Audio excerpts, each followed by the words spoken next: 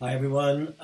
Working from home today, which is normal for me on a Monday. The bakery is a Tuesday to Saturday operation when it comes to actually sort of manufacturing, which is where I'm pretty much hands-on with my bakers, and we don't work Sunday and Monday. So typically Monday for me is a chance to catch up on my invoicing and admin, and in this case, the AGM and the election, and following up on the video I put out yesterday. So let's get into it. Let's have a quick look. So Jason Cashman asked me a question, quite a big one, in fact, about the strategic plan for our organisation. What's my view on this? How do I see things progressing with our Sports England recognition now that we've got it? Say something specifically that everyone would be interested in, i.e. how our athletes may receive some funding, and how coaches and school owners, what's the benefit to grassroots clubs. So quite a lot there, really. I will touch on all of it. They're kind of all linked in, really, to our strategy. So let's get into the strategic plan. What's my view on it? My view is we need one.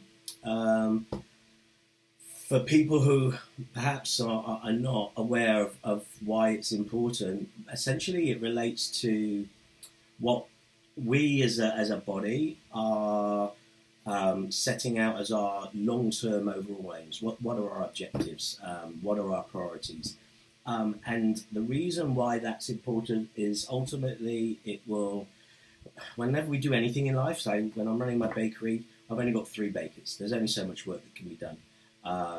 And we make hundreds and hundreds of products. And so I have to prioritize what's important. What are the best sellers? What orders have we got coming in order to, so I've got to then prioritize what's important in order to be able to set out their work plan for the week. And essentially, as an organization, we're in the same boat because we have lots of volunteers, and we have essentially we're all volunteers, but that's a finite number, and all of us have jobs in our lives, so there's only a finite number of hours that we can commit to work. Funding, now, I'm on the outside looking in at the moment. I don't know what our funding levels are, where our funds come from, what revenue streams we have, is there opportunities to grow that? These are all questions that we need to answer.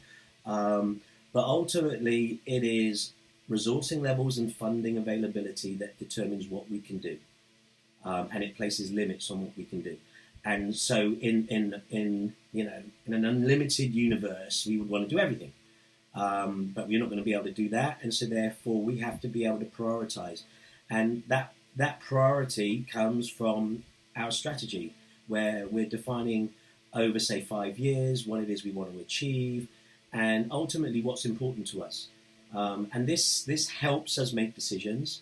It helps leadership teams and volunteers in their job, because if they have to make a choice between doing one thing or another, the strategy should help them make that decision, because it should set out what's more important. So let's get into a little bit more detail about how we set our strategy.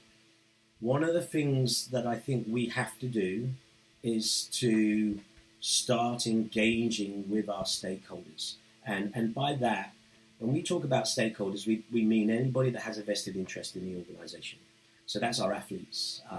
It's the parents of those athletes where they're minors. We are talking about the clubs, the club owners. We are talking about the leadership team itself. I have things that I would like to see. All of the current candidates and even the existing leadership team, they will all have their own agendas, and they will all have things and ideas that they want to put out there. And it's something that we've got to bring all of that information together and decide what's important, what can we deliver in the short time, what's going to take more time, what things have to happen in order to deliver those objectives. And then once we start to flesh that out, we can start to actually build some real plans around roles and responsibilities of people in the organisation, identifying who's actually willing to hold their hand up and say, yeah, I would like to lead this. I need a team of 3-4 people, whatever. And then we can start to look at how that can actually happen and how we take that forward, and then how we monitor it, and how we report on its progress. Because again, I think it's really important that we're transparent to our stakeholders, to our members. This is what we're doing. This is where we are. This is how, this is what we need. Because as you're delivering projects, you're always going to come up against problems, and sometimes somebody out there has an idea or someone has a skill set, and they can hold up their hand and say, I can help you out with this. And so that's why the transparency is there. It's partly to hold us accountable. So if I say, I'm going to deliver X in 6 months' time, or 6 months' time I haven't delivered it, I need to be saying why, particularly if we're receiving money for that. So, as an organisation, we would love to get some funding out of Sports England. We talk about this all the time. We've said, it's been one of our strategic objectives for a long time, right? Get Sports England recognition. Well, we've got it. We're here now. And we are in what's our probationary period. So we don't yet know where we are in terms of, are we tier 1, tier 2, tier 3? Personally, I think we're at the lower end. There are some things that we still need to do and tighten up on. Where do I want to be? Tier 3, of course, like all the major sports, because then we've got a lot of funding coming our way, or potentially. But if someone's going to give you money, they're going to hold you accountable. They want you doing things properly. They want it transparent. They want to understand your decision making. They want to make sure that our objectives and what we're about as an organisation is aligned with the objectives of Sports England. So when it comes to strategy, that is what I mean by let's engage with the stakeholders. Because if Sports England are giving us money, we need to understand what their objectives are. Sports England, I'm not an expert in this area right now, right? So I've been looking, I've got a high-level understanding of certain things. And so I'm aware that Sports England have a 10-year strategy called Uniting a Movement. And it's all about getting people in the community, physically healthier, through physical activity, being healthier. And that 10-year strategy drives a lot of their decision-making when it comes to grassroots level funding. So if you are a club owner and you want to go after some of these funds, and you want to maybe, let me have a quick look, because I made a note about this somewhere. They have a small grants program. So this is a national lottery funded program, and it's for grants anything from £300 up to 15k. And so 15k to me, that's a significant amount. And the idea is that program is all about developing opportunities to get people more physically fit. So if you are looking to use those funds, it's about targeting communities that perhaps are not engaged in sports. How do you bring them? What could you offer as a club to offer, say, a new service or target a specific community, and then go after some funding to help you deliver that. So the money is there, the opportunities are there. Now that we have Sports England recognition, it's something we could help as a national governing body. I believe we should be helping our clubs understand what that process is, understand what are the criteria you have to meet in order to be able to get access to those funds. Now, I don't know the answers there. I know, for example, you have to be a not-for-profit. So if you are a club or an organisation going after some of those funds, you have to essentially set yourself up as a community amateur sports club. So if I look at Fighting Falcons now, I'm a profit-making organisation. Fighting Falcons Limited has majority shareholders in myself and my wife, and I've taken that decision because if I got hit by a bus, I don't want my club to disappear, and I want to have something that I can hand on in a will to my son. Right? So that's why I've made that decision. I run it as a not-for-profit at the moment, but it's not legally structured as one. So to legally structure ourselves as a not-for-profit, I would have to do what WAKO have done. They're a private limited company by guarantee, which means it's a membership-based. There's an elected board.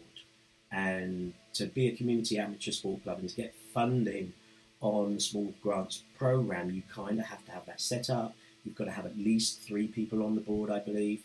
And so you as a club owner have to kind of decide at a very fundamental level is, is that the way you want to go? Because if it is, there's opportunities for funding. If it isn't, then maybe there isn't. In terms of, oh, but I do this as a living, I need to make money out of it. How do I support myself? As I say, if it's a private company, I can pay myself a wage, so I can be an employee of my company. And if it's with shareholders, then obviously I can pay myself dividends. As a community amateur sports club, that is not there. So you can't, but you can be an employee. You can still be an employee. So you could be an employee of your community amateur sports club as a coach and pay yourself a wage as a coach. But that wage obviously and that contract would have to be signed off by your board and your members. So yeah, there's opportunities there. Local authority grants is another area. Again, it's specific. It's going to be different in different areas, and the criteria that you have to meet to get access to the funds are going to be different from local authority to local authority. So when I'm talking about local authority, I'm here in Hampshire, in Andover, Test Valley Borough Council is my local authority, or maybe Hampshire County Council. That's, both of those at county level or in the local borough, they all have grants, and there are grants to help small business, grants that are all about coming out of the pandemic and to help businesses re-establish themselves. There are local community grants to help with the sort of green agenda, right? So there is money out there. But again, I don't know the detailed criteria. It's going to be different from authority to authority. And clubs just have to go onto the websites and start engaging with your counsellors and trying to find out what might be available out there for you as a club. So anyway, going back to our strategic vision, we need to basically understand where we want to be, say, in 5 years. For me, a strategic plan would be driven by stakeholders such as Sports England. It's going to be driven very much by our membership. We should be talking to them. We should be talking to our clubs.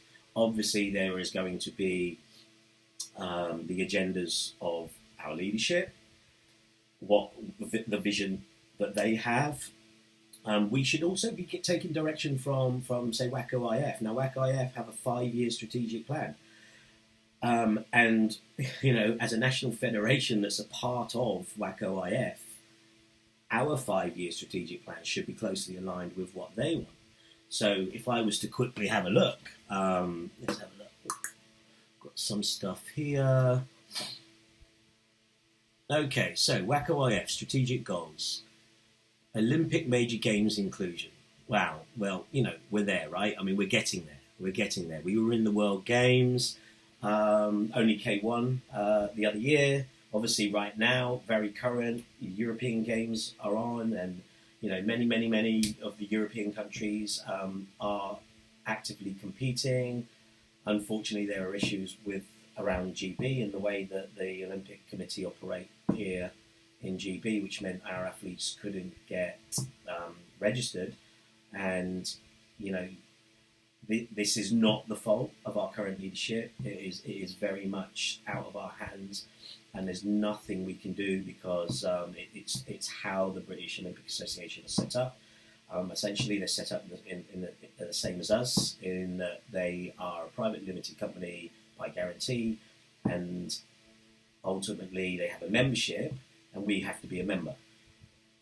Their articles of association on Company House state that to be a member, our sport must be in the Summer Games or the Winter Games, so we've got to be an Olympic sport, which is a bit of a shame. I personally think it's wrong. I don't think it's aligned with the IOC charter, because it kind of makes sense for me.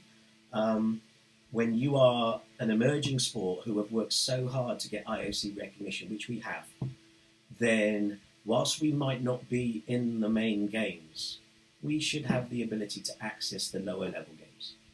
We should have the opportunity to compete at the World Games, the opportunity to compete in the European Games. and I think it's fundamentally unfair that we cannot change it. It has to be changed from within.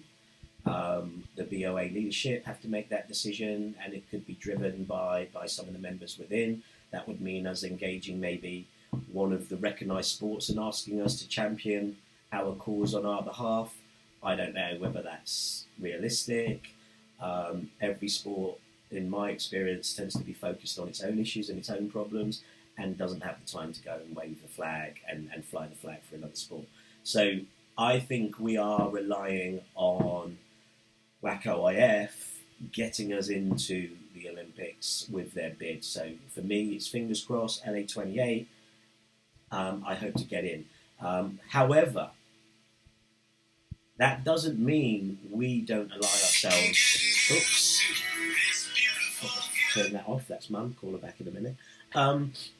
That doesn't mean that we don't align ourselves with it, because there's stuff that we could be doing. So let's say, for example, it's out of our control, but LA inclusion, LA 28 inclusion, out of our control. But if we do get in, we want to be ready. Right? We want to be ready. Athletes preparation and funding. Referee preparation and funding. Because we want international referees representing GB at that event. What are the funding possibilities? What's the process? Where can we, how does it work? Now, Sports England, obviously in terms of grassroots level, it comes from the local sporting councils. For England, it's Sports England. Funding for Scotland is through Sports Scotland. But at elite level, it is UK Sport, through which athletes and organisations would get their funding. We need to engage with UK Sport and understand how that works. Do you have to be an Olympics? Do you have to be a main Olympic sport? Is it like the BOA in the way that the BOA, or is there funding opportunities for someone that's IOC recognised and is trying to progress towards that? Because we need to be ready for LA 28, and I'm sure, I don't know what's involved, but I'm sure it's going to require funds. I'm sure it's going to be helpful. For example, if we looked at, I'm just going to have a quick look now, Sports England, they have a small grants programme. Oh, that's Sports England, there's Sports UK Fund. Here we go. So their awards seem to be based on a 4-year Olympic cycle, and they provide guidance and work closely with NGBs to build a case for investments against an agreed set of criteria and requirements. Fantastic. That means they'll engage with us. Let's ask the question. Someone needs to take that as a lead and start having these conversations with sports, with UK Sport. Who do we need to talk to? What are these criteria? What are these requirements? Can we get early access to them and have a look at them and see, requirement number 1, tick, tick, yes, we're there. Oh, we haven't done that. What needs to happen? Let's get on it now. Let's not wait until WAKO IF make the big announcement. Oh, we're in. And great, we're 12 months out or 18 months out, and we've done nothing. So we need to start on that now. There are athlete performance awards. So this is direct athlete funding, i.e. the athlete themselves receive money from UK Sport. Again, do they have to be Olympic athletes in the Summer Games or Winter Games? Or is there funding available? The way it's written, from what I've seen, is there's funding there to help them with travel costs, competition costs for things like World Championships and sort of qualifying games. So I think the funding is there. Are we eligible? Don't know. What are the requirements? Let's help our athletes and find out and engage with this organisation. LA 28 readiness, other areas.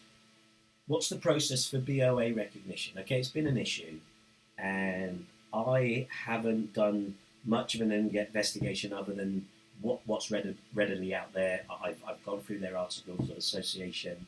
From what I read, there was a report, obviously, by the BBC, and a BOA spokesman made reference to governance criteria. It would be nice to understand what he meant by that, and given that we now have IOC recognition and we're Sports England recognised, is there a level of governance above and beyond what's required by the code?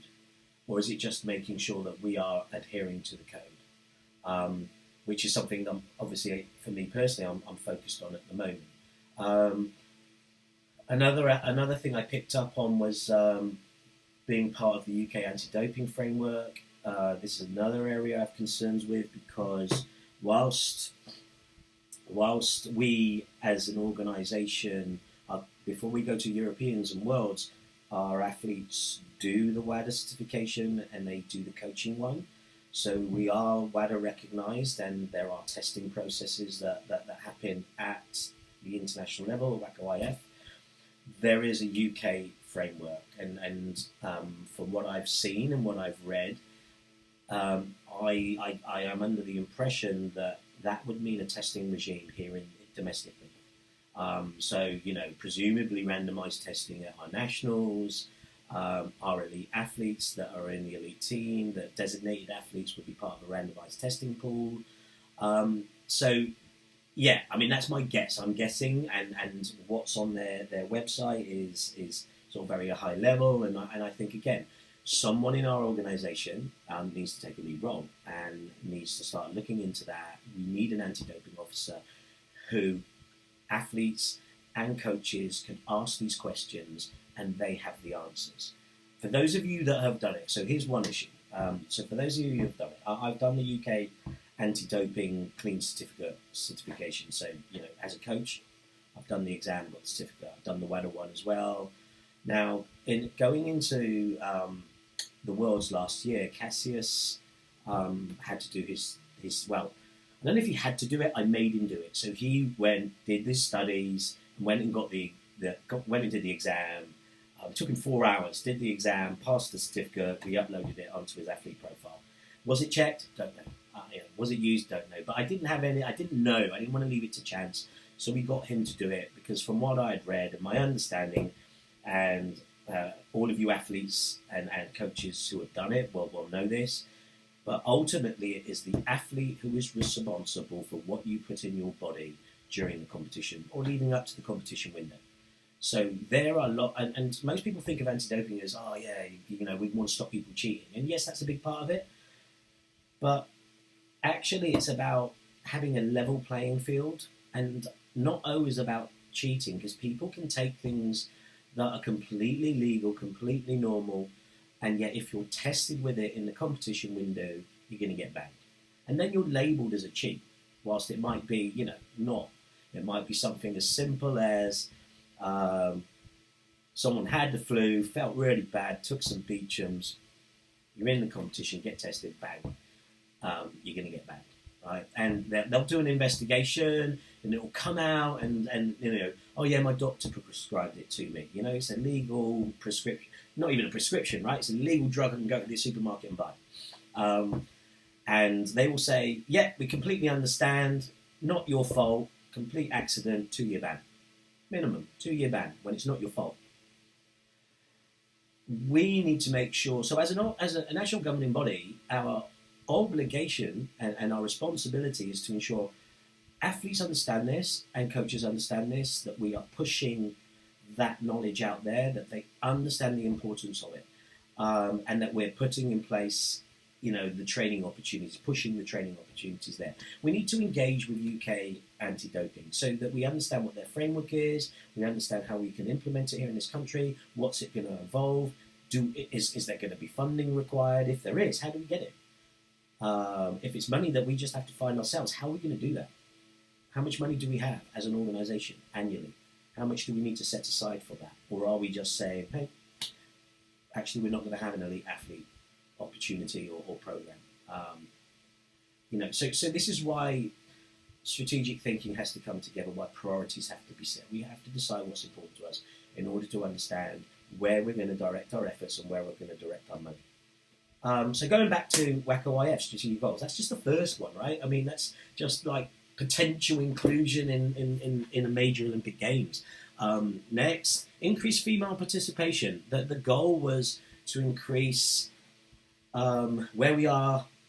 I think a few years back we were at 34%, increase it to 45% by 2026. We are, 2023 now, a couple of years to try and hit these targets. My question is, what's GB's current levels? I don't know. I couldn't tell you. I couldn't even tell you what it is in my club. Are we at 34 to 45? I don't know. I don't think we're near 45. What am I doing to get there? Nothing at the moment, to be honest. Because whilst it might be a strategic goal, no one's communicated that to me, and the national governing body hasn't made it a priority for our clubs. And there doesn't seem to be any incentive for me to make that happen. But there doesn't need to be. Grow the sport, right? Grow the sport. Even if you are running as a club for profit, more members, more money, more profit, right? So even if you look at it from a completely selfish perspective, there is a benefit to you as a club. So what can we do to help that as a national governing body? So something that, again, we need to take that into consideration. Here's the biggie: development of best practice in the governance of national federations. So for us, what does that mean? It means mandatory compliance with the Sports Code of Governance. We have Sports England recognition, but we are in a probationary period. There are things that we have to adhere to. I'm going to try and bring this up, actually. For us, it's, how do we fit with the strategy? Yes, we are doing things on there because we've got Sports England recognition, so things are going in the right direction. And we have a stated objective of Tier 3 compliance, right? Tier 3 compliance is because that gives us access to greater level of funding. What we need to understand, and this is something that I've only just started looking at, recently did a course with the Sports Governance Academy on board composition. What's Tier 3 compliance requirements for board composition? And we don't meet it. Even if we increase the board to 12 people, hopefully what we're going to start ticking off is we're going to be more democratic. Hopefully we're going to improve our diversity, both like in gender, skill set, geographic region, ethnicity. I sort of touched on this yesterday. But independence is an interesting one. That's a biggie.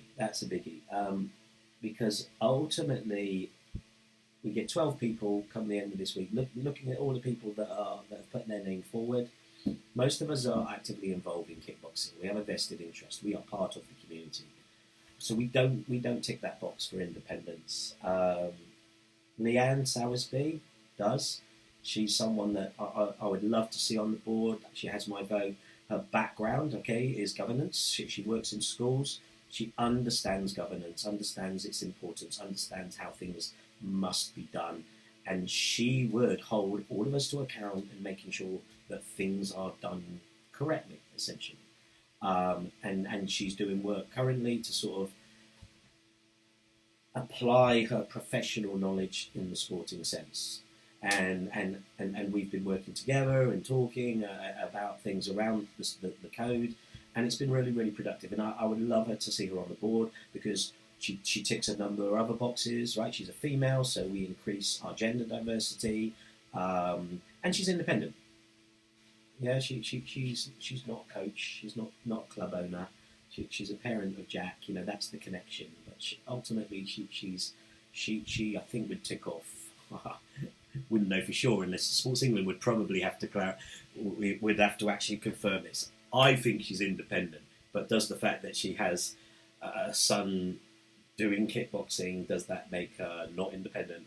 I don't know. I don't think so. But hey, something else we would have to look at. But going forward, Tier 3 is going to require 25% of our board, so 3 of that 12, being independently recruited from outside of kickboxing. I don't think that's hard. I think there are areas where we are lacking. We could do with some real legal expertise, right? Because there are, even now, a lot of people don't understand that as as a private limited company, limited by guarantee, we have legal obligations. A lot of the things that we do and the way we operate has to comply with the Companies Act. Our articles of association that are held on Companies House is essentially a contract between the members and the board. It's a legally binding contract. We're required to hand in and do our annual reports once a year. There's a legal requirement within our articles of association for our accounts to be published and sent to every member in the organisation on an annual basis. Right? That's in there. It's in our articles. Does it happen? No, it hasn't happened. Nothing dark, nothing sinister with why. Just these articles were written way back in the day, and I'm only aware of it because I've gone through it in detail, and I suspect we weren't even aware of it. The current board, probably not even aware that actually it's in the articles, and actually, it's a legal obligation because it's in our articles. Can we change it? Yeah, we can. It's in our articles, requires a change and 75% majority. So even that, so the articles, although they're written, we have to legally follow them. Are they set in stone? No, they can be changed, but they can only be changed now with a 75% majority from the membership. And so, that's just me with what little sort of legal understanding I have, because I'm a company owner of two companies that are private limited companies. So I'm aware of my duties and my obligations as a director. But they apply to us as an organisation, and our directors need to understand that, and we need to comply with it. And having some legal help on that would be fantastic, and also tick off an independent, another, someone coming from a legal profession who would be independent of kickboxing. Other areas where we could be helped out might be health and safety. There are statutory legal requirements where expertise can come from outside to help us run as a body. Health and safety is another area. Medical is another area. So yeah, work to be done on tier 3 compliance. To be honest, chairman of the board. There's the big one. Chairman of the board has to be independent for tier 3 recognition. Not only that, Sports England want to be involved in the recruitment. We're talking about open recruitment, interviews with people coming from outside the organisation. So, ultimately we're going to be held to account by people who aren't from our sport, who are not us. But that's part of the process. That's where we need to be. What was I going to look at? Yes, let me quickly call this up here. Code of governance requirements. So, sports. At tier 1, there are 8 mandatory requirements. Okay, I'll say that again. Mandatory, not nice to haves. We have to do it. And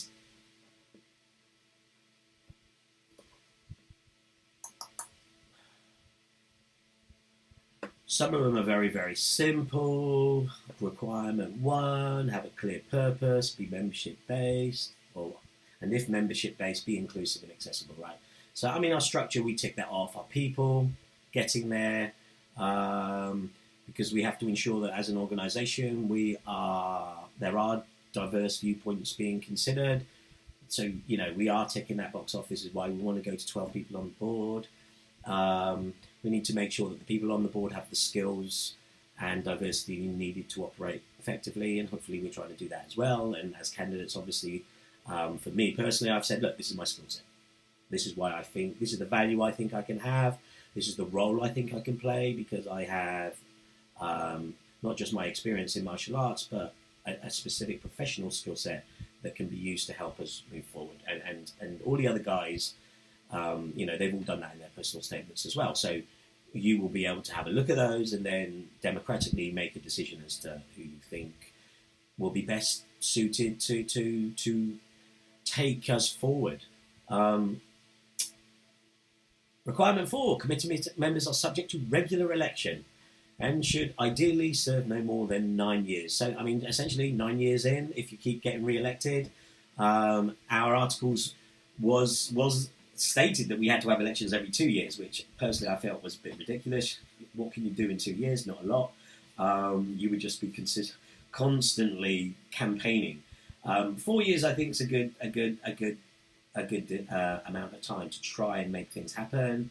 And if you're doing a good job, you'll get voted for another 4 years. You know, you start to get to 9 years, it's time for you to drop out. I think you can come back later after a gap. I'm not sure. Again, something we could ask Sports England. But ultimately, that requirement is there to try and get new blood, fresh blood, new ideas, new thinking all the time to take us forward. Are we ticking that box? Well, yeah, because this is one of the reasons we're doing what we're doing now, because of that Sports England recognition, because we're in a probationary phase. We are, our articles and our policies state we do this, and we're doing it. Requirement 5. Organises shares information on its governance structure, activities and financial position to enable stakeholders to have a good understanding of them. Do we do this? In the past, no. Going forward, yes. We must do this. We must do this. And this is why, for me, transparency. I'll say it again, transparency. If, when it comes to decision making, I'm a firm believer, and I teach this to Cassius, I teach this to my students, none of us are perfect. We all make mistakes. We all can sometimes make bad decisions. How do we try and keep to the right path morally?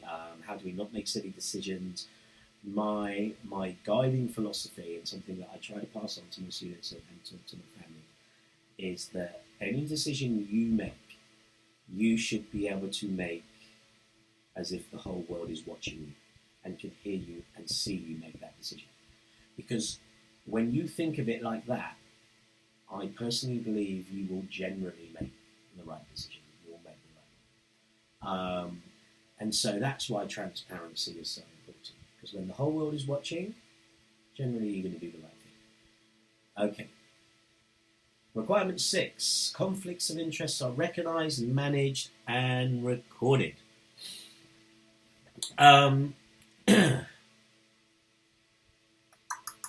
Does that happen? To be honest, I don't know.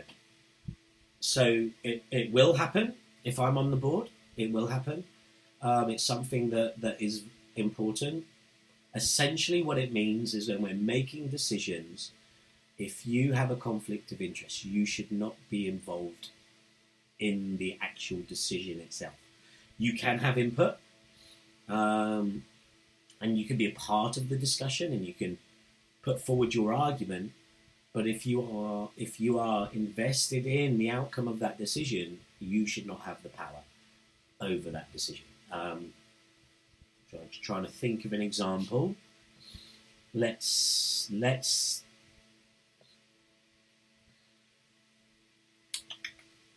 say, for example, we are going to enforce face masks. Let's say we're going to really enforce WAKO rules, okay? And this is a bit of a bugbear of a lot of people. My personal view is I don't like face masks, and my personal view is I think younger cadets in the right environment with the right coaching and the right temperament can do light contact safely. And we've been doing it for years, right? In this country, we've been doing it for years. And I see it happen now in other countries as well. And so when you look at the rules are the way they are, and it makes sense logically. So, we want to protect the kids. They wear the face mask so they feel safer. Okay, part of it is not only are they actually physically safer, it's debatable. But okay, when they get punched in the face or they get kicked in the face, it's going to hit the helmet. They're not actually going to get their teeth knocked out, right? Or they're not going to get their nose broken. And for a 7-year-old, that could be quite important. So having a face mask on also helps them. It helps with their confidence. right? Or it can help with their confidence. And so that's important because we don't want to destroy kids at a very, very early age when they start competing. So that, for me, I recognise as that's a positive argument for why we wear face masks, but they're not suitable for light contact. And so that's why within the rules we see, right, face masks, and they've decided for whatever reason that younger cadet below has a face mask. And because face masks are not appropriate for light contact, that means younger cadet and below can't do light contact. Because the moment you do light contact, the face mask comes off. And that's why in the older cadets, when it comes off for light contact, then there's no point wearing it for points, right? You've got beyond that stage now where it's needed as either a safety requirement or even sort of a mental crutch. It's not needed anymore. And then we slowly progress them up through the disciplines, and then you start getting to junior level, and we're introducing ring sports full contact. So there's a progression in skill and ability in a safe way. Now, light contact and the need for face masks are at loggerheads. So either as an organisation we make the decision, yeah, actually there's room for light contact in a younger age group. Let's go down that road. In which case I think we should be doing away with face masks altogether. Or we're saying no, we like what we have, and that's what we have to implement. And if we are going to do that, then we've got to do it consistently, right? So as an organisation, it would be our duty to say, these are the rules of WAKO IF, right? For safety reasons, these are the rules. Now, bearing in mind that our insurance basically hinders around, are you following the rules? Because if you're not, are you insured? Not sure. We need to have a discussion with our insurers, I'm sure. But when you go to a tournament and you've got this situation where people are doing light contact at an age they shouldn't be, and we're not enforcing the use of face masks, then, what does that say about us as an organisation? So, as a governing body, we would have to take a stance and then enforce that stance. Now, promoters are going to look at that, and I know in the UK you go, man, that's going to cost me. If my under 13s cannot do light contact, that's a lot of entries, a lot of start fees that I'm going to lose. And that might mean that their business is not viable, right? Or it might mean, it reduces the quality of their tournament, whatever. So they're not going to want it. And the point I'm making is there then becomes a conflict of interest. So if you look at the people who are currently involved, let's say, for example, there was room for all of the current candidates in the run, right? Andy Cleves, JC Cashman, Neville Ray, currently on the board and our president and director of coaching. All of them are promoters in their own right. So they're independent promoters. Like Neville has his CIMAC, which is a fantastic event. JC collectively with Andy and Tony Hampton and Sean McCarthy have the GB Grand Slam, again, fantastic event. And then there's the Bristol Open, fantastic event. Oh, and I forgot, because Sean Vera is involved in Bristol Open and also a candidate for the board. Gets my vote too, by the way. But what I'm saying is that they will have a vested interest as promoters. Therefore, you would want to hear their views, because you've got to hear that their stakeholders. They have to have their view, but they shouldn't be involved in any final decision making. And I know Andy and JC would agree with that. They would agree with that because for them, good governance is about fairness, democracy, transparency. We've had lots of conversations around this, so I know they would agree with what I've just said. That's why it's important. That's why it's important, and this is what we need to focus on. Not just because it's a WAKO IF strategic goal, but because it's also something that we need to implement to get to Tier 3 and to gain access to funds. Athlete development. Oh, another strategic objective. Athlete recognition, retention, inclusion, diversity. Yeah. Yes is the answer. I haven't really given this a lot of thought. it's an area where for me personally, I would like to see a development plan. It's something our coaches should be coming up with. What are we doing for grassroots development? I would like to see regional training sessions. How can we use our elite athletes to help develop in the regions? How do we make kickboxing and the pathway from little Johnny training at his local club? What's the pathway to elite level, and how do we make it more accessible?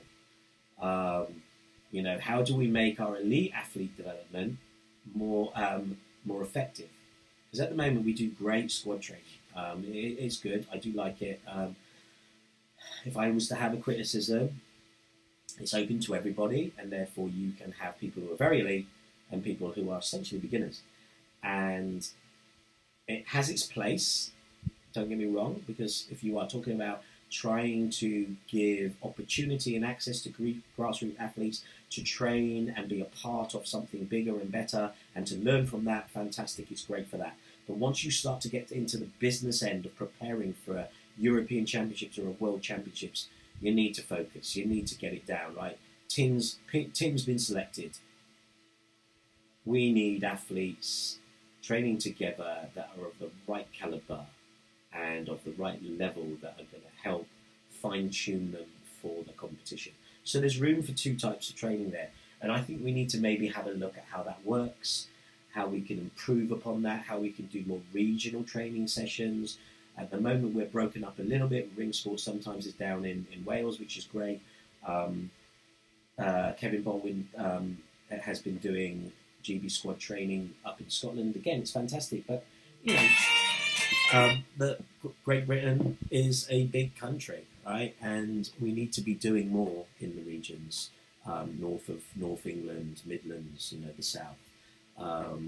Actually, probably don't need to be doing more in the South. Squad training tends to be in the South all the time. Not complaining, only an hour away for me, but conscious of the fact that it's not fair on everybody. There's stuff there to be done. Lots. We need people looking at it. Who needs to be looking at it?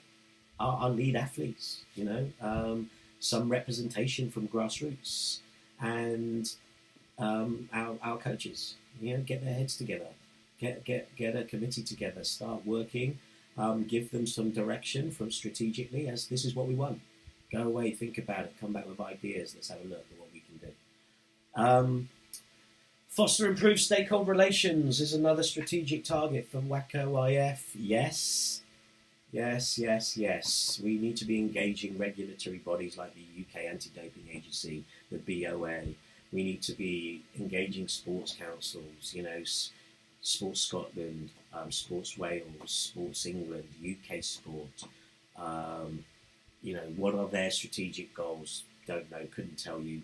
Sports England, 10-year strategy, uniting the movement. Touched on that already, so I have some visibility of that only because I'm in England, and so it affects me as a club. But yeah, we need to be doing that in the regions and at elite level. Does that cover everything? I'm conscious of the fact that I have been talking for 48 minutes. My wife will tell you I can talk for days.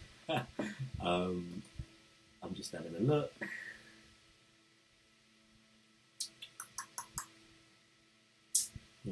Grassroots funding, I think we've touched on that.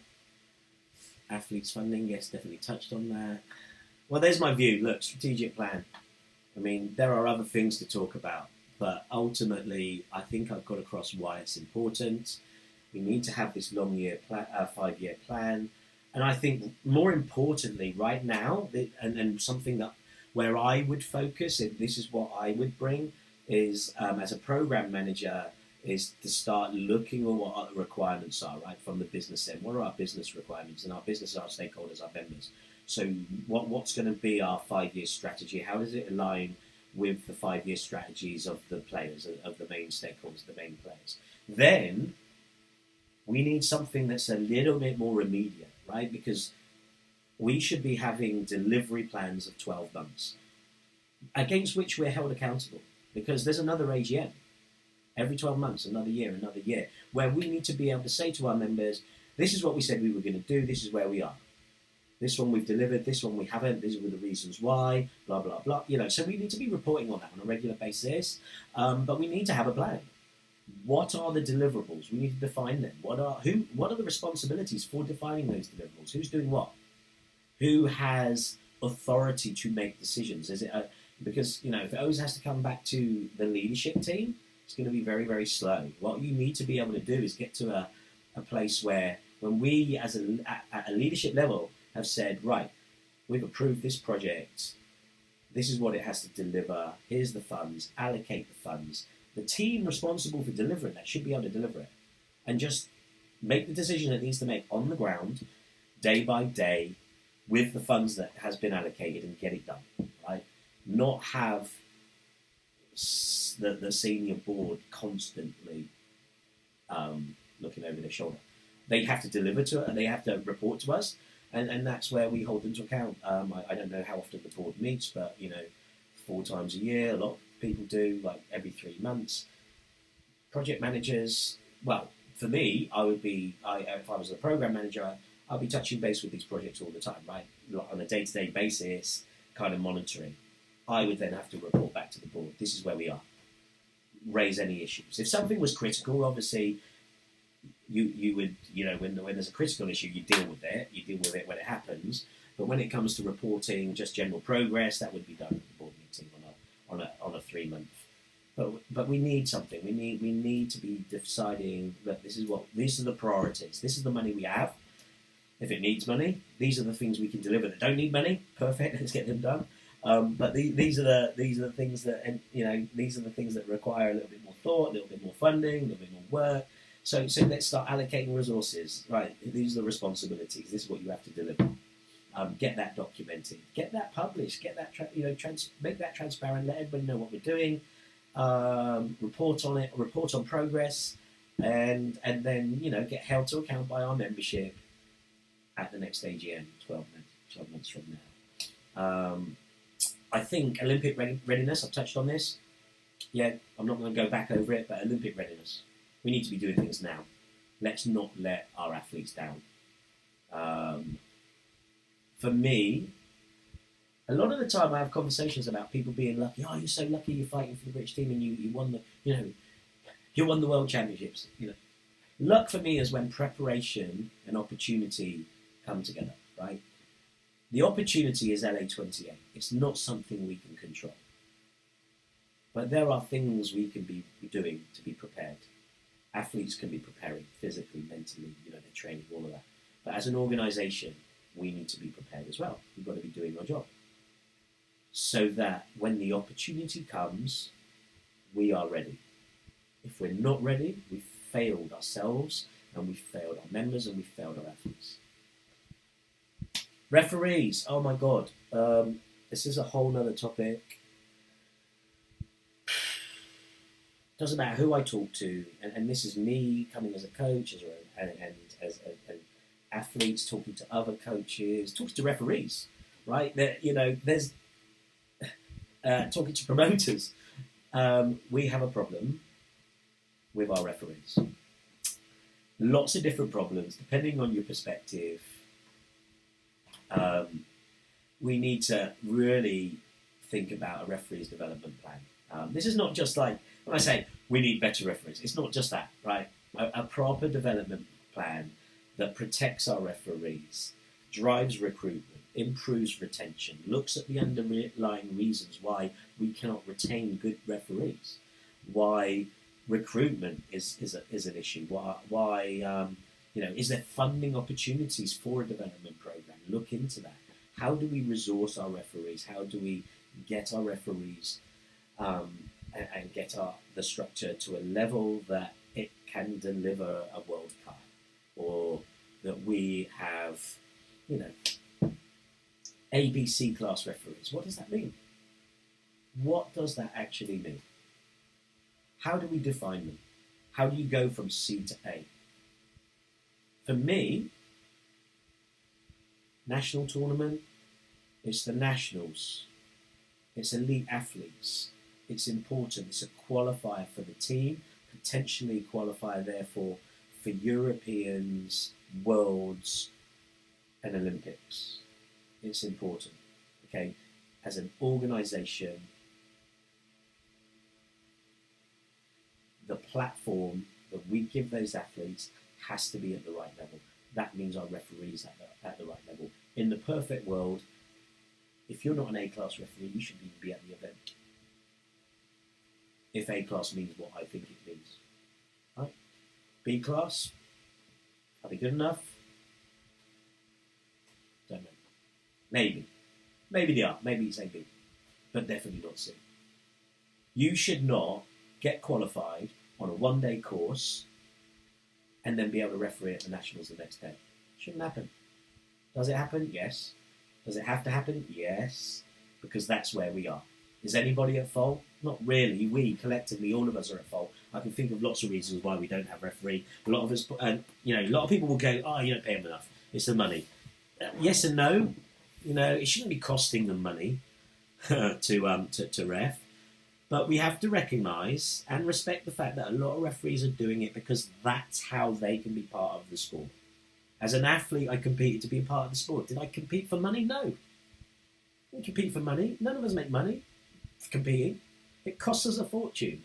It's the same with our referees. So they're not doing it for the money, right? Let's get that straight now.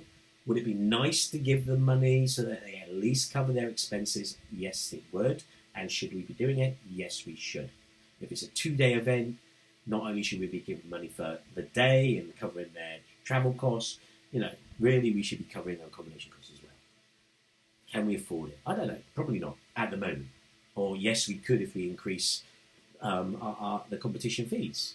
As athletes and as coaches, are we willing to pay a bit more if we could guarantee really good level of refereeing? Question to be asked. It's a little bit like this whole situation we're in generally as a country. We all want a better NHS. We all recognise they should get paid more, right? Nearly everybody would say yes to that. How many of us want to pay more taxes to actually pay for it? Yeah, different. So we're in the same situation with the referees. We do need to look at this, and I think we need to look at it now. And we need to look at the underlying reasons why we're having problems and what we can do to address that. What changes can we make to help improve, then go from C class to B class? For example, if I was to look at GB Grand Slam, love it, really love this tournament. Reason why, talking to as coach now, you have a rookies level, right, where they get 2 opportunities to compete because it's double elimination, and it's strictly 1 year. 1 year's experience, so they are proper rookies. So we have an environment in which our beginners can gain experience and fight lots of different fights. And then as you go to intermediate level, right, again, up to 3 years, 2 rounds. Start to prepare them to learn how to fight a 2-round fight, which is different, right? It's different from fighting the 1-round fights that lots of tournaments are. And it prepares our guys for the nationals and also for international events, because multiple rounds is where we need to be. And then elite level replicates multiple rounds that you get overseas. Why do I feel this is important? And why do I feel, JC and the guys have done a fantastic job, because it's just for GB athletes. So if you're coming over from Europe, you can't compete. It's just for us, because it's for our development to get us ready for internationals. And the reason why it's so great is it means we have a platform on our own doorstep with very, very talented fighters for us to gain experience. I do not have to take my beginners to the Irish Open, to the Hungarian Open, when I can get the same experience as an intermediate and as even at senior level, as a senior, who's just starting out, get similar experience and prepare them before I make the decision to take them overseas, because it's expensive and it's getting more expensive. Inflation's through the roof, so we need to do more to give more domestically so that we can bring the costs down for our fighters. And does that mean we won't travel overseas? Of course it doesn't. You do need to fight international fighters. You do need that international experience. But do you need it straight away? No. Can we make it cheaper? Can we make the pathway cheaper for them? Definitely. And I think GB Grand Slam has gone a long way to doing that. So I love that. I love that about that tournament. Now we have that for our athletes. Why aren't we doing that with our referees? C-class referees, people just passed. They should be refereeing under the guidance of maybe an A-class, the rookie divisions, and using it as the opportunity to get better and to improve, and have to have done so many of that before they can become a B class. Centre refereeing shouldn't be doing it as a C class. Could they do it as a B? Maybe you can centre as a B in a rookie, but not in an advance, right? I mean, so I think we could put some structure and some rules about how we develop referees in that sense. And then ultimately, at what point do our referees then, how do we progress them to international level? In all the years that I've been training, it's the same old faces that go. You know, don't get me wrong, great referees, but where's the next generation, and how are we preparing them? How are we getting them ready? At what point are they ready? Is it only an A class that can be an international referee? Don't know the pathway. You know, obviously Peter Markland and hey, we're lucky to have an international chief referee who's on the board, right, with Brian. I mean, you know, if a national federation should be able to sort this out, it's us. So you know, and I don't think it's just a case of going, Peter, Brian, you've got to sort it out, because they can't do it on their own. They've got to work collaboratively and collectively with the promoters and with the governing body, and also, like myself as a coach, I have to recognise that when my fighter is in a rookie division, it's for their benefit. It's not for winning a gold medal. It's for their benefit to grow as a fighter. Let's recognise that is also the platform that we are training our referees to get better. So they are also going to be making mistakes. Don't get on their backs. It's a junior division, right? So if we had that kind of structure, we would all go, yeah, okay, referee didn't make the right call there, but hey, it's rookies. They're a rookie. Fighting with my rookies, right? We can accept that because it's for the greater good. Open rate, GB Grand Slam final, 500 quid on the chopping block. You know, those fighters need the best referees making the correct decisions, right? Because money's on the line, or you know, a title's on the line. They deserve no less for the sacrifices that they're making, and you know. 3 A-class referees is what should be on there. Yeah.